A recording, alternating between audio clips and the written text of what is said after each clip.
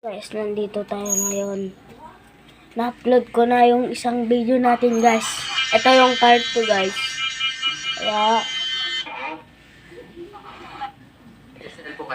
may na isip na akong laro. Ito yun, guys. Yan, guys. Ito yung padlock.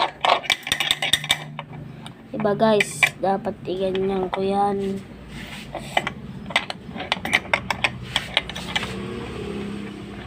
Diba? Guys. Diba, guys? Wait lang, guys. Ano pa danom na? Diba, ganyan, guys? Yan. Hindi na makan, guys. Hindi na makan, guys. Hindi matanggal, guys. O yan, guys. Oh, lang, guys. Prepare ng lang natin, guys. Kaya ito yung tripod. Prepare lang natin, guys. Ganito na lang, guys. Yan, guys. Yan, guys. Kaya po Manila ang daming nagte-train. Kailangan natin, guys. Yan, guys. Nakaprepare na yan, guys. Yan, guys. Nakaprepare na yan. Lang, guys. Prepare ko lang ito yan. Tripod. Di ko maikon eh. Yan, guys. Yan.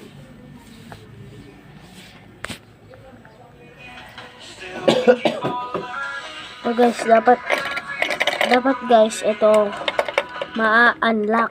Kaya tara i-unlock na natin, guys. Gamit lang ang guys. Yun, guys, yung susi. Ito yung susi, guys. Yan yung susi na ito. Yan yung susi na ito, guys. Itong padlock. Kaya isusi na natin, guys. Gamit lang isang kamay.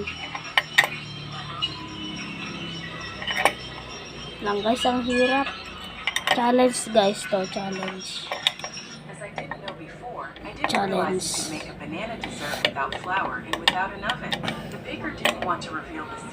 Challenge, guys. Start our recipe, we will need 3 ripe bananas. What we will do is peel them completely. I'd love to know Yun, if guys, you're nagkabin na natin. watching one of our recipes. Yun. If so, I invite you Kaya to share your opinion on what you think of this exquisite banana dessert. Yun. Ang isang lalaki ay nag-asawa ng isang may magandang katawan. Ngunit pagkatapos mabulag ang asawa, Yun, guys. agad na iniwan siya ng kanyang asawa upang siya ay mag-isa sa pag-aalaga ng 2 anak. Umaasa ang binata sa pagkuha ng basura para kumita. Okay. Ang naapi ng masasamang tao. Inaabuso ng kanyang amo. Win. Ngunit Dadat ka nakagusto ano rin ng binata ng mabubuting tao. Dadat ka kawayan. Naglabas ng $1 ang lalaki. Kawayan. Gusto niyang bumili ng pinakamurang baunan sa tindahan. Matapos matanggap ang pera, sinenyasan ng may-ari ang kanyang asawa. Agad na naunawaan ng asawa. Yun, Bigyan guys. niya ang lalaki ng 4 na baunan. Agad na tumagulang ulan. Sabi niya'y wala siyang sapat na pera. Kunin mo na, pero wala po akong masyadong pera. Ito ba? Hindi gaanong magastos. Uwi ka na. May 2 ka pang anak na naghihintay. Ang mga bata ay nasa guys. likod ng paglaki Barya. para kumain sila ng marami. Ayaw niyang tumabi. Ngunit naiisip ang 2 anak na nasa bahay. Nagpasalakot lang siya at kinuha ang Yan na, guys. dahan-dahan siyang naglakad pa uwi. Nagpakita ng mga bata ang Yan, kanilang ama guys. ng uwi. Sila ay Yan labis na natuwa. lang, guys. Sila ay nagsimulang kumain Labo. ng may popos. Nang makita ito, nakadama ng pagsisisi ang ama. Dapat makapag-aral ang 2 anak para makawala sa kahirapan.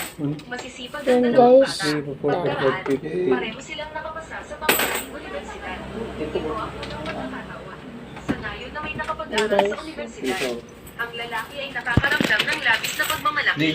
Ang saya ay maliwanag sa kanyang mukha. Pero kapag iniisip ko ang tuition, siya ay nagiging nag-aalala. Sa kasalukuyan, siya ay Yan guys, makakapagbayad dapat ng matanggal bayad yan guys. para sa isang tao lamang. Hindi siya Yan, guys. makakapagbayad ng bayad paaralan para sa dalawang tao. Nakikita ng dalaga ang hirap ng kanyang ama.